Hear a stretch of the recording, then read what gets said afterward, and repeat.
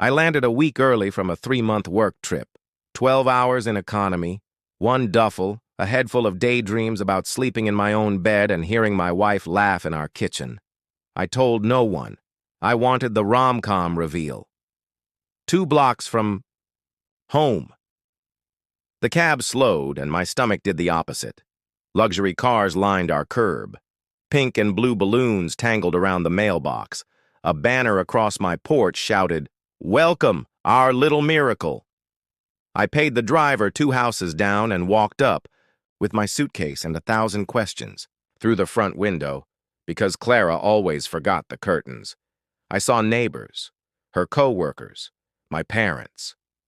And in the middle, glowing in a floaty blue dress, was Clara. Very pregnant Clara. Beside her, both palms on her belly like he owned. The deed stood Miles Henderson, my college roommate, best man, and the guy who'd been crashing on our couch until he got back on his feet. My phone buzzed when I stepped inside. 47 missed calls, all from Clara. I'd been in the air. 2. The room that forgot how to breathe. The living room smelled like sparkling cider and expensive catered appetizers. Conversations died one by one, when people realized the guest of honor hadn't RSVP'd. Clara's smile broke first. Miles turned, confused, like he was hosting. I asked one question, the only one that mattered. "How long?" No one answered. My mother stared at her glass. My father found the floor fascinating. Every face in that room told me the truth. Everyone knew but me. I walked out. The October air hit like a slap. Behind me, the front door banged and Clara hurried after me, arms wrapped around her stomach, saying the script cheaters always say, "I was lonely. It just happened. We didn't mean to." Then Miles appeared with his peace talk voice and my patience ended. I told them both to save it. I got in my car and drove, anywhere that wasn't there. 3. Clarity in a motel. One night in an interstate motel room that smelled like lemon cleaner and old secrets gave me 3 gifts: rage, grief, and clarity. By morning, clarity won. I didn't want revenge speeches. I wanted outcomes. I called Victor Ramirez, a friend turned shark of a lawyer, the kind who treats scorched earth as a legal strategy and a hobby. 4. Load the paperwork. Victor listened, without sympathy noises, then slid a legal pad toward me. The house? Bought before marriage. Deed and mortgage in my name only. Accounts? Joint because of her credit. I opened them. I can close them. He smiled like a man unwrapping a new set of knives. By end of day, accounts frozen, titles secured, emergency protections filed. I forwarded every text and voicemail to Victor as evidence of harassment. Clara's card declined at 3:47 p.m. The panic messages rolled in. I didn't answer. Victor did. "Tomorrow, 9 a.m., he said. "We serve divorce papers and an eviction notice for your house guest." 5. Service with a grin. At 9:15 the next morning, a process server handed Clara the divorce packet and Miles the eviction. I sat in a coffee shop across town and watched my voicemail counter climb. Clara cycled fury to tears in 5 messages. Miles. Tried negotiation, then pleading, then the classic 15 years of friendship, man? Screenshots went to Victor. Silence went to them. 6. Eviction day.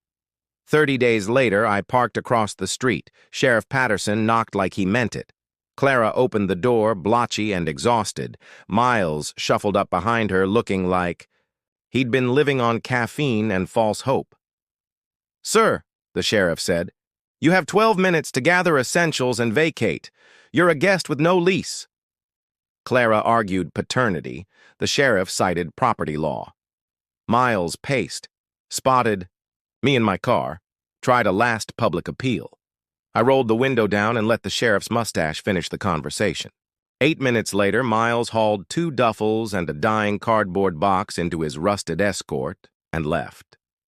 Clara stood on the porch crying. the sheriff gently suggested she consider alternative accommodations, given the ownership situation. I waved and drove away. Best Tuesday in years. 7. The collapse, not mine. Word traveled. It always does. My unofficial newswire, Eli from Miles's last job and a few mutuals, kept me posted. Miles bounced between a weekly rate motel and his car. He begged couches. Most doors stayed shut. His own mother told him the YMCA had beds. Clara tried moving into the motel for a single night and ran back to her parents' house. Her father banned Miles from the property. 2 weeks later, she tried a lawyer for alimony. From me. The attorney laughed her out the door. Screenshots found me because Karma has a mailing list. 3 weeks after that, Clara dumped Miles. He asked her for money. She finally solved for X. 8. The bar scene February. Cold rain pretending to be snow. I nursed a Jameson in a bar that hadn't changed since 1978. The door opened and in walked the ghost of my former best friend, 30 pounds lighter, hair cut by blindfold, eyes hollow. He took a stool 2 down, ordered a bud, and stared at the mirror like it might forgive him. Eventually, small world. I let silence work. I lost everything, he said. Your choices did that, I said. I paid for his beer because I'm not a monster. Next time you see a wedding ring, remember how this turned out. I went home lighter than I'd left. Not happy, clean. 9. Cutting the cords. The house sold in March for 20 over asking. I bought a quiet, bright condo in the North End, exposed brick, floor-to-ceiling windows, and 0 memories. I changed my number. My mother's family as family messages didn't make the cut. Neither did Dad's silence. Mutual friends who wanted me to be the bigger person went with them. Clara texted paragraphs about second chances and how the baby could be ours. Delete. Miles called after midnight. Delete. Space rushed in where the noise had been. I took contracts in Japan, Germany, Thailand. I dated lightly. I slept well. 10. One last look. 8 months later, coffee in Cambridge before a flight, I saw Clara through the window pushing a beat-up stroller. She looked spent in the way only regret can make you. Miles rounded the corner, thinner and grayer, asked for something she wouldn't give. He left. She struggled with the stroller wheel, looked up and saw me. 3 seconds of eye contact said everything. I raised my cup in a tiny toast and walked out the back to catch my Uber. My plane didn't wait, and neither did my life.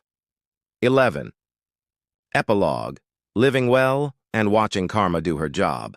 Miles is rumored to be sleeping in his car near a 24-hour donut shop. Clara works part-time, lives in her parents' basement, and learned that new beginnings cost money.